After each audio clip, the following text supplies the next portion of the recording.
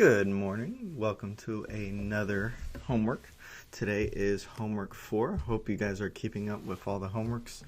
Remember, we have 15 altogether, and we're practicing for that FSA coming up.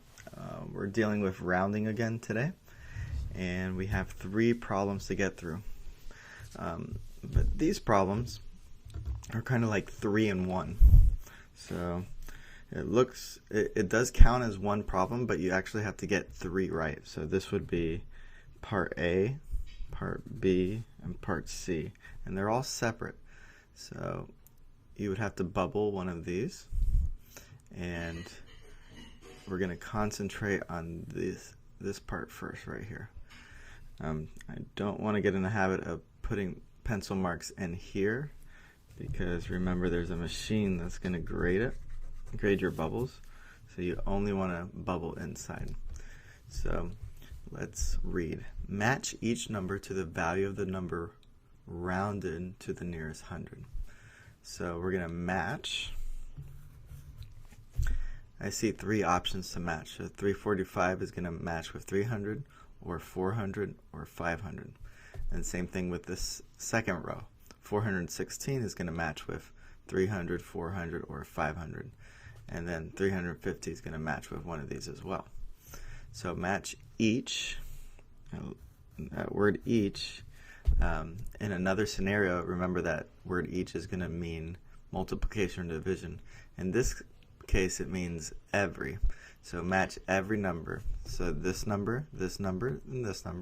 We're going to match every number to the value of the number, this, and this, rounded to the nearest 100. So these are the ones rounded to the nearest 100, and we got to match them with this one. So we got our work cut out for us. We're going to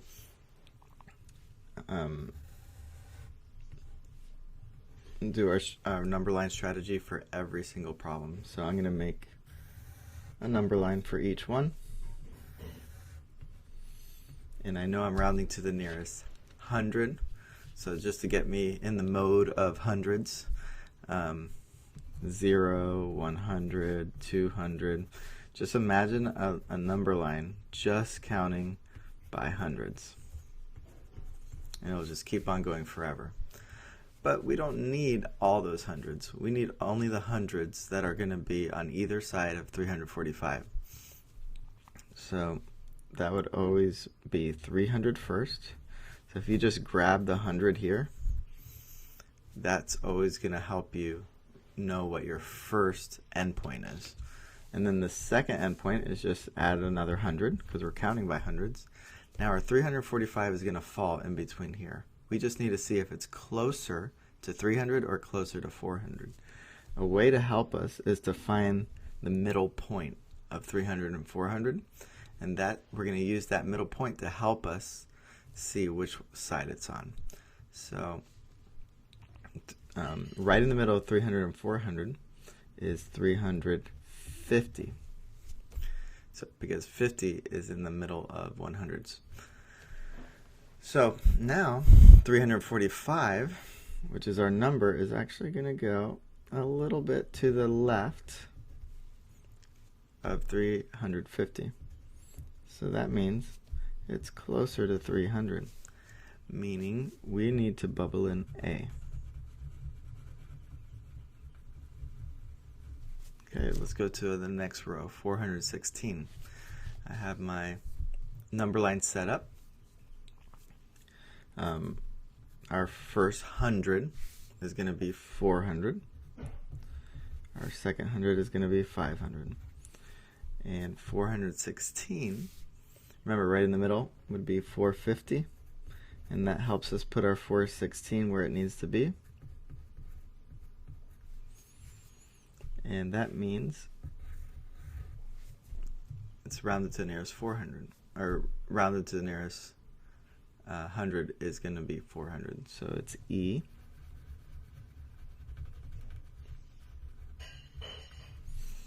And the last one, 350. So 300 is the first endpoint, 400 is the second endpoint.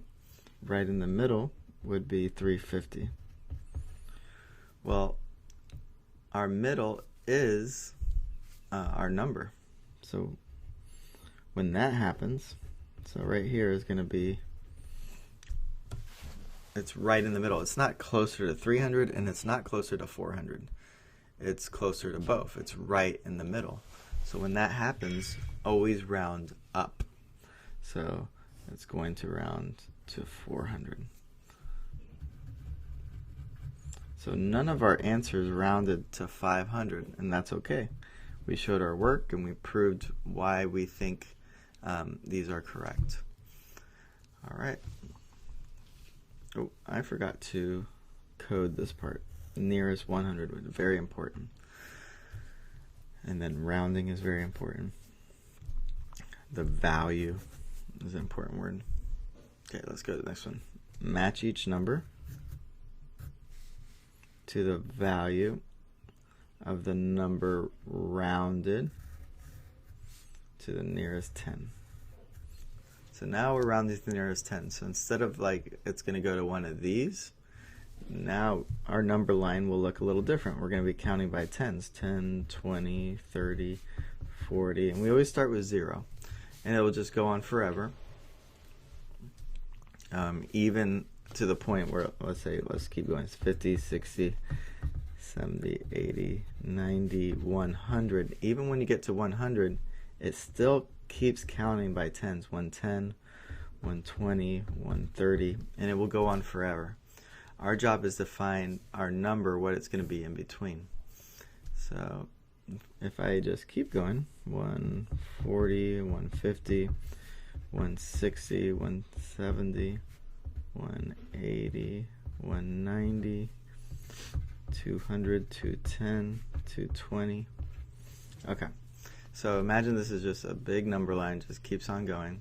I stopped there because here are what I'm rounding to. I only have 3 options.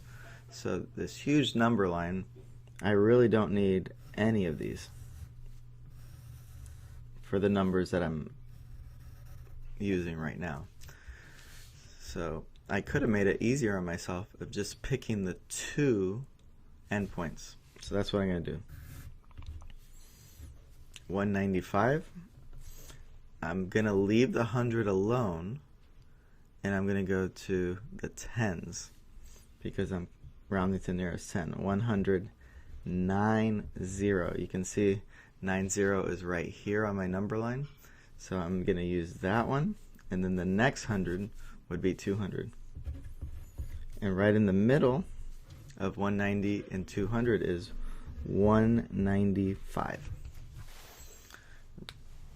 So now we can put our 195, it's gonna, again we have that same situation where it's right in the middle. Our midpoint, our middle point, and our number are the same. So that means it's not closer to 200, it's not closer to 190, it's right in the middle, and when that happens, always round up. So we're rounding to 200 on that one. I'm going to bubble in B. And next, 194. I can actually use the same one. I'm going to use the same endpoints and the same midpoint. Alright, 194 would go just a little bit to the left right here of 195. And that means it's closer to 190, so the answer would be D.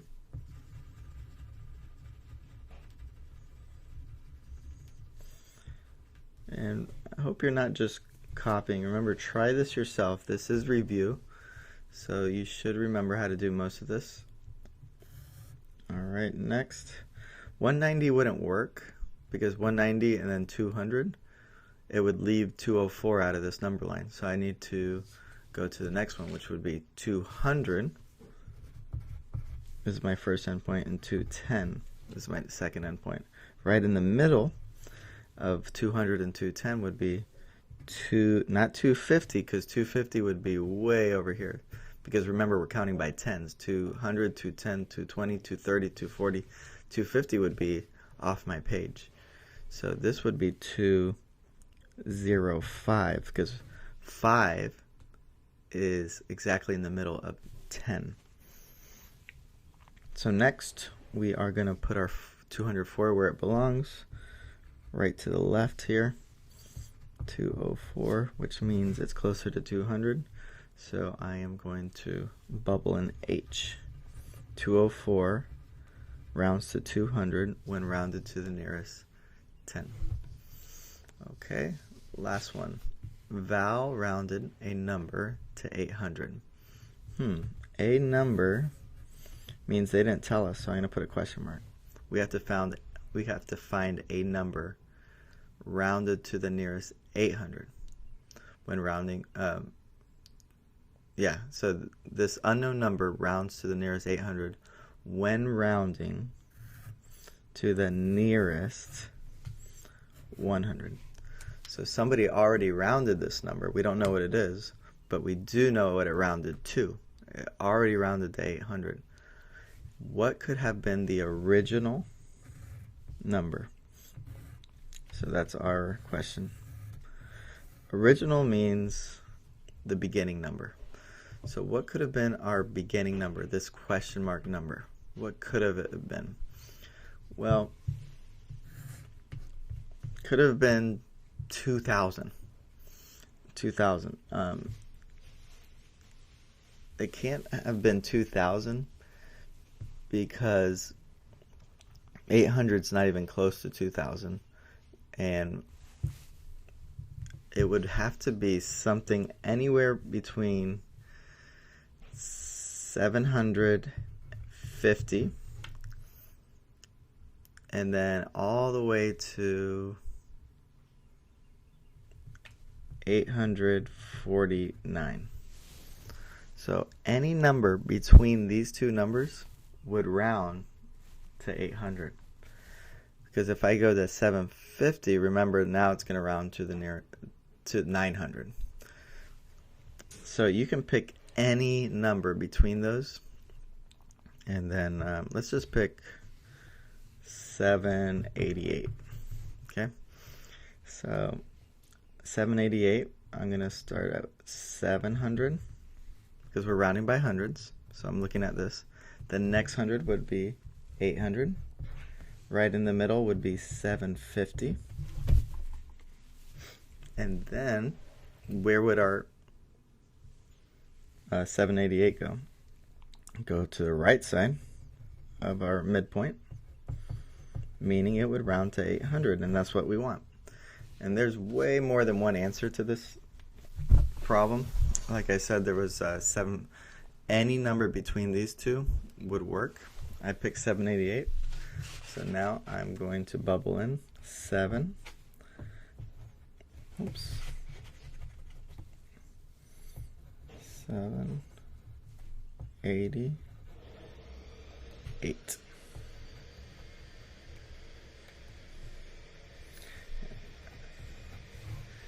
All right, and that's homework. Make sure you like and subscribe and smash that like button and all that good stuff. And I will see you guys in the classroom. Have a great day.